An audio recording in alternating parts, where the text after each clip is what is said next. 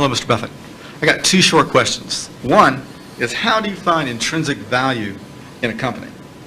Well, intrinsic value is the number that if you were all-knowing about the future and could predict all the cash that a business would give you between now and Judgment Day, discounted at the proper discount rate, that number is what the intrinsic value of a business is. In other words, the only reason for making an investment and laying out money now is to get more money later on, right? That's what investing is all about.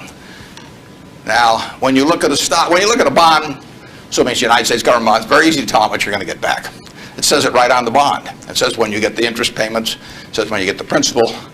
So it's very easy to figure out the value of a bond. It can change tomorrow if interest rates change. But the cash flows are printed on the bond. The cash flows aren't printed on a stock certificate.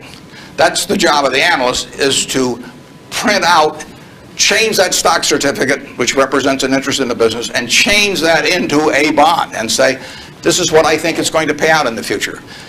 When we buy, some new machine for Shaw to make carpet, that's what we're thinking about, obviously, and you all learn that in business school. But it's the same thing for a big business. If you buy Coca-Cola today, the company is selling for about $110 to $15 billion in the market. The question is, if you had 110 or 15 billion, you wouldn't be listening to me, but I'd be listening to you incidentally. But the question is, would you lay it out today to get what the Coca-Cola company is going to deliver to you over the next 200 or 300 years? The discount rate doesn't make much difference as you get further out. And that is a question of how much cash they're going to give you. It isn't a question of, it isn't a question about how many analysts are going to recommend it or what the volume in the stock is or what the chart looks like or anything. It's a question of how much cash it's going to give you. That's the only reason. It's true if you're buying a farm. It's true if you're buying an apartment house. Any financial asset. Oil in the ground, you're laying out cash now to get more cash back later on. And the question is how much are you going to get, when are you going to get it, and how sure are you? And when I calculate intrinsic value of a business, when we buy businesses, and whether we're buying all of a business or a little piece of a business, I always think we're buying the whole business because that's my approach to it. I look at it and say, what will come out of this business and when? And what you really like, of course, is them to be able to use the money they earn and earn higher returns on it as you go along. I mean, Berkshire has never distributed anything to its shareholders, but its ability to distribute goes up as the value of the businesses we own increases. We can compound it internally, but the real question is, Berkshire selling for, we'll say, 105 or so billion now. What can we distribute from that 100? If you're going to buy the whole company for 105 billion now, can we distribute enough cash to you soon enough to make it sensible at present interest rates to lay out that cash now? And that's what it gets down to. And if you can't answer that question, you can't buy the stock.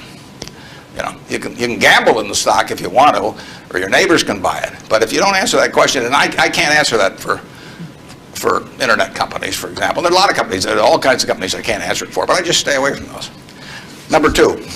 So you got formulas involved in finding intrinsic values on certain companies. I mean, you've got a mathematical system set up. Discounted present value of future cash, yeah. Okay. Second short question is, why haven't you written down your set of formulas or your strategies in written form so you can share it with everyone else? Well, I think I actually have written about that. If you read the annual reports over the recent years, in fact, the most recent annual report, I use what I've just been talking about. I use the illustration of Aesop. Because here Aesop was in 600 BC. Smart man, wasn't smart enough to know it was 600 BC, though. I mean, would take a little foresight.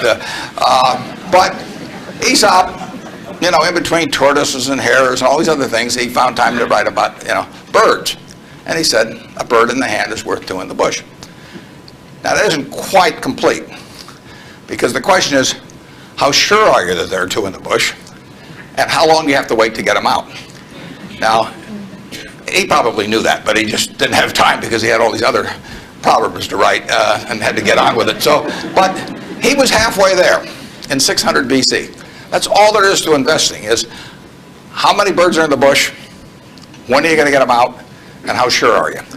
Now, if interest rates are 15%, roughly, you've got to get 2 birds out of the bush in 5 years to equal the bird in the hand. But if interest rates are 3%, and you can get 2 birds out in 20 years, it still makes sense to give up the bird in the hand, because it all gets back to discounting against an interest rate.